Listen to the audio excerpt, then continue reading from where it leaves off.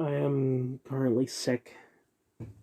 Long story short, it seems to be like a combination of a fever and a cold. I've had fevers, I've had colds, I've had a lot of colds. I've never had both of them at the same time. So it's very weird what happened. We'll start on Saturday. I'm recording this on Tuesday. Now, this might sound. You're going to hear me say this and you'll think, what the fuck are you rambling about? But I'm going to explain why I'll mention this. But on Saturday, I had some satay sauce for dinner. Obviously I had rice and chicken and shit with it, but some of the satay sauce seemed to have gone down the wrong pipe, and it was kind of like I had satay sauce in my lungs. And then Sunday, yeah, we were watching this, and I noticed I'm very warm, which is weird because I don't have a shirt on, and I think I have the window open, so I should be cold. And I realized, shit, this is the warmth that you feel when you have a fever. Fever is like a bug of some kind, gets in your body warms up in order to cook, like literally cook off the bug. So I thought, I'm not going to get any sleep, and on Monday, I'm going to be vomiting. But I ignored that Instagram notification. That's just Dylan's cousin being not normal. Apparently, he's been saying "what the Sigma" a lot, ironic or unironically. But anyway, come Monday morning, I I have symptoms, but I'm energetic. I haven't been vomiting. Like, I don't know what the fuck is going on. So I have a lot of symptoms of a cold, and I have a lot of symptoms of a fever. Like runny and blocked nose, sneezing fits, which, I mean, I have hay fever, but I've been doing everything in my power to, like, not neutralize it, but, I've been taking tablets, and I also have this, like, air purifier, which, according to my dad, will get rid of the pollen in the air. So I think the sneezing comes from the cold and not from hay fever, in this case at least. Sore throat. Like, I take Lemsip for that. And or Halls.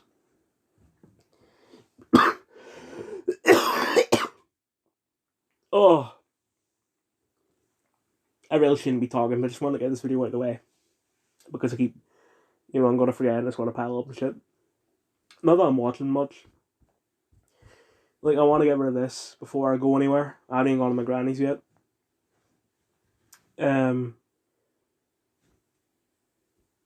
I mean, I was waiting on going to cinema anyway because I think I get paid on Friday.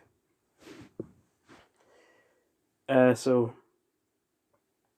but I have those symptoms, sweating, which, I mean, that's probably just the warmth, and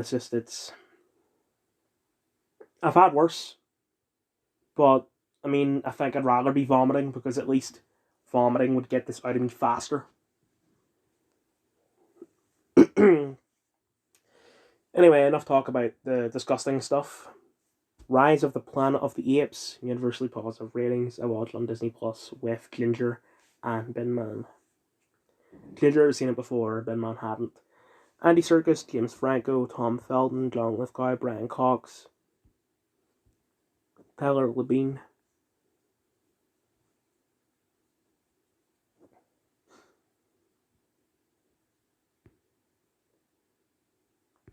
I don't think Gary Oldman or Kerry Russell or Jason Clarke appear in it. I know Gary Oldman is in the second one.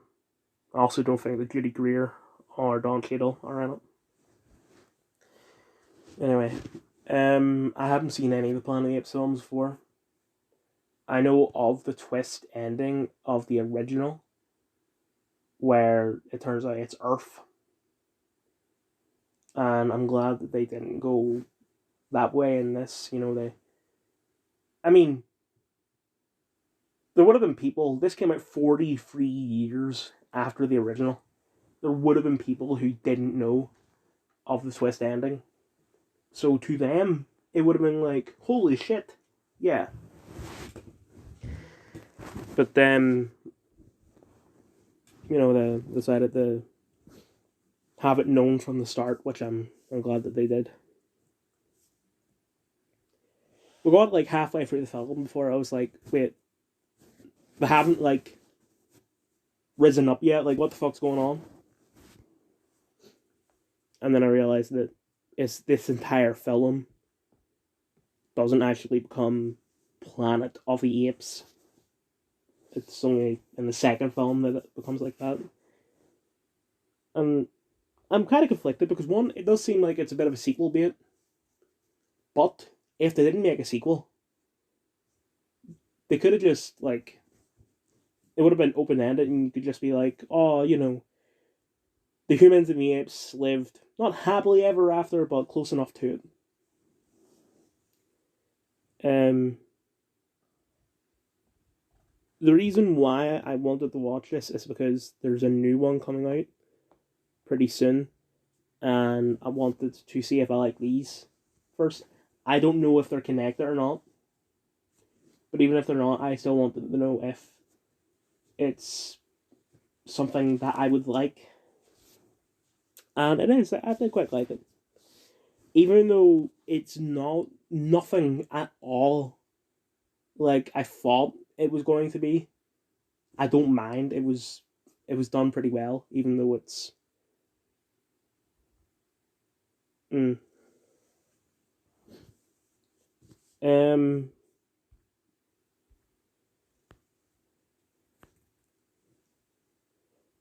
Serkis. I mean, I've seen him before in like Andor, Lord of the Rings, Star Wars, and especially, I know I said Andor, but he played Snoke as well.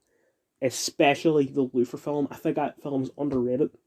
His character in that is one of the most evil people I've ever seen in any like books, films, shows, whatever.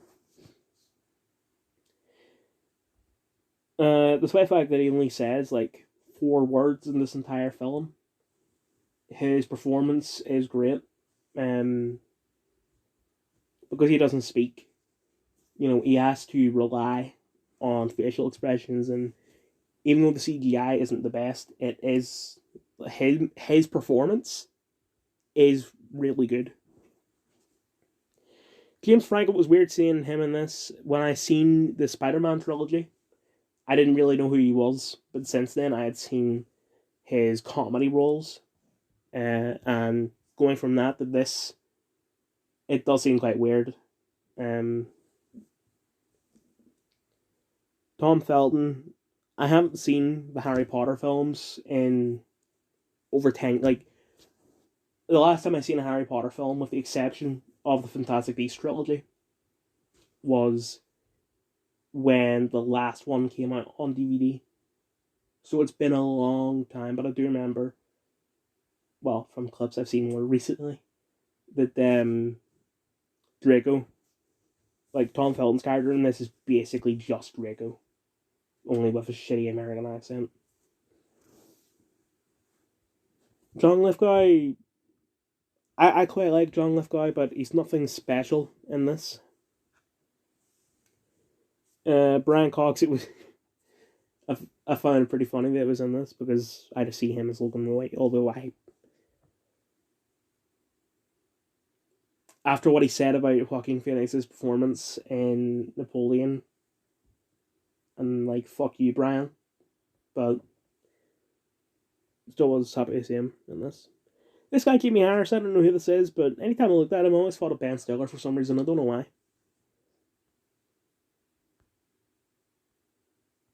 Yeah, I think that's everything I have to say. Second one tonight, and then I assume the third one tomorrow. It's all down to if Bin Man is home or not, because he's out a lot. Final review. Ragdoll. I don't know why I said that so loudly. I apologize. Um, my tracker says that this is renewed, but I heavily doubt it because, you know, maybe, I mean, it is possible to do a second season with the free characters, but it wouldn't be about Ragdoll. Um,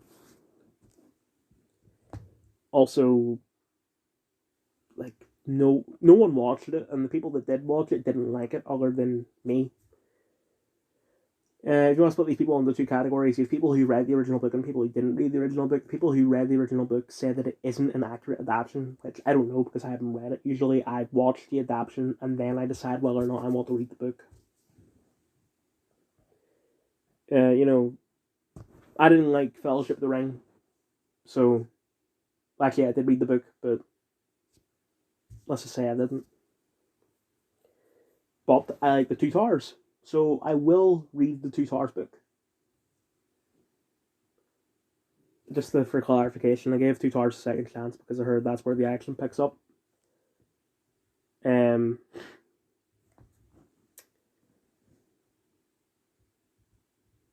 like, and it's easier to give a film a second chance, even something as long as that. Like, it's easier to do that than for a book, because even like a 200-page book takes a lot longer for me to read than a like hour, a 4-hour film. But back to Ragdoll, people who didn't read the book also didn't like it. I get where those people are coming from, but it's okay. Um, the main character, Nathan Rose, I think his name is. I finished this a while back. He's basically just John Luther.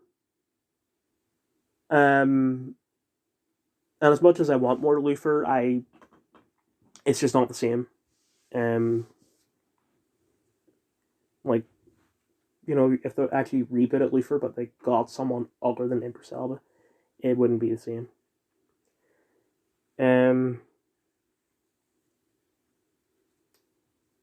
Something that I noticed while watching it, it was quite weird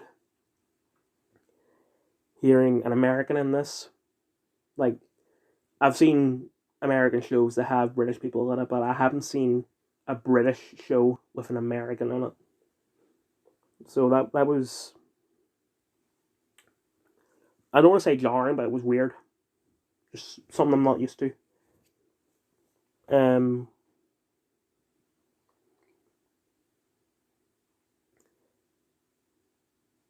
I don't know what else to say is a problem because it's just that this show is the definition of mid, and I don't mean mid as in the way that everyone else means mid, like basically, basically bad. I mean it as in it is just not good, not bad. Like, the only thing I can say beyond this is watch it yourself and make up your mind.